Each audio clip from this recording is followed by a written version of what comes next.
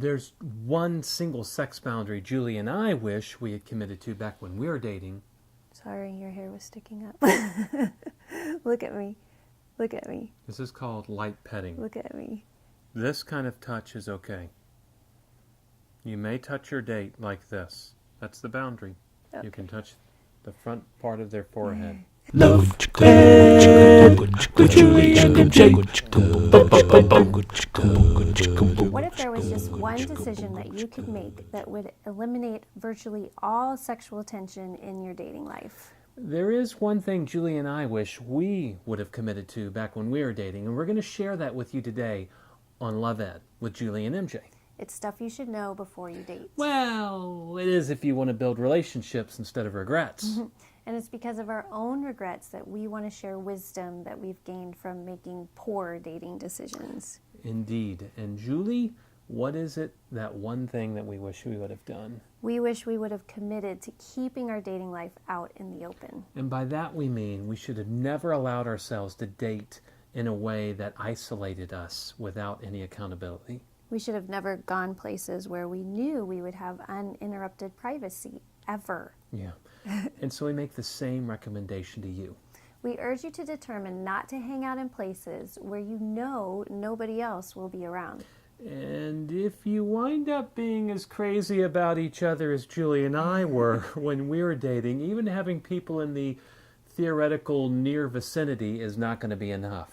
You want the threat of a family member or a roommate or a friend walking in on you to be a very real possibility. In other words, you don't want to be in a room with the door closed. Or in a common room with everybody else asleep.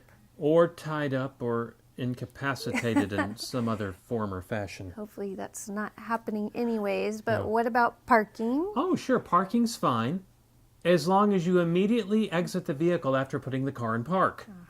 So I guess they can make out as long as the car is traveling. No, that's not okay either. Don't do that. Don't do that. But you might be thinking, nothing's gonna happen on the first date. And hopefully nothing will. But at what point do you start dealing with the inevitable impact of sexual temptation?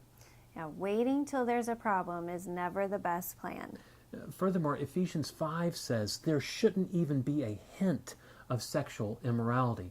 So even though Netflix and chill might literally mean to you and your date, hey, we watched something and then we talked about it and hung out, you've got to live in the reality of our culture where other people are thinking things are probably going on.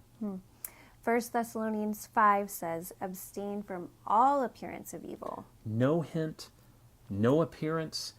Does it sound kind of legalistic?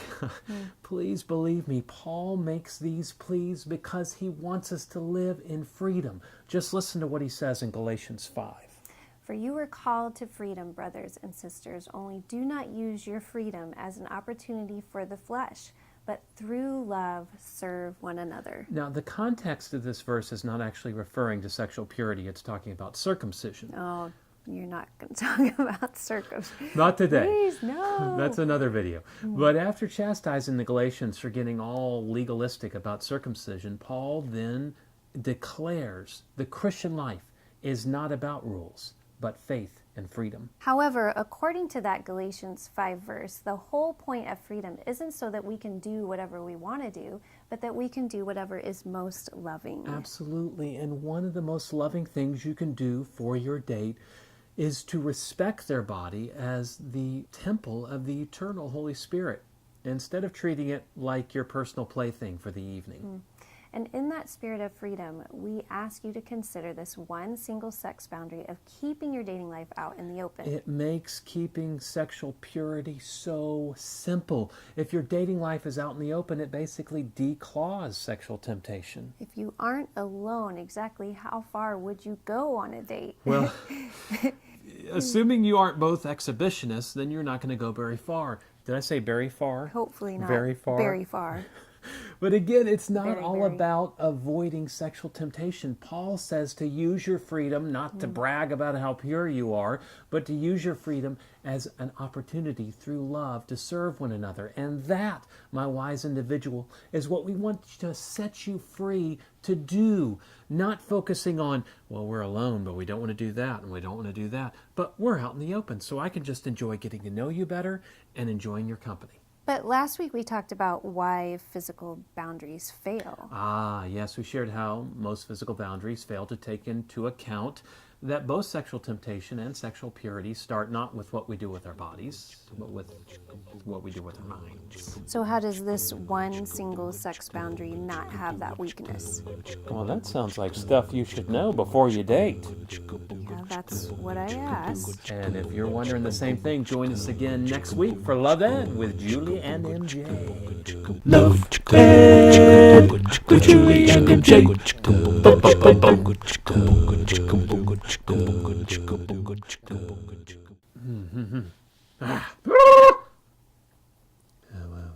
According to that Galatians. Stop.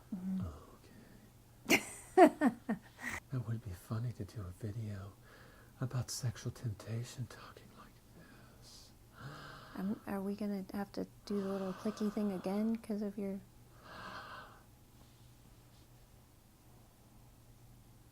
Okay, go.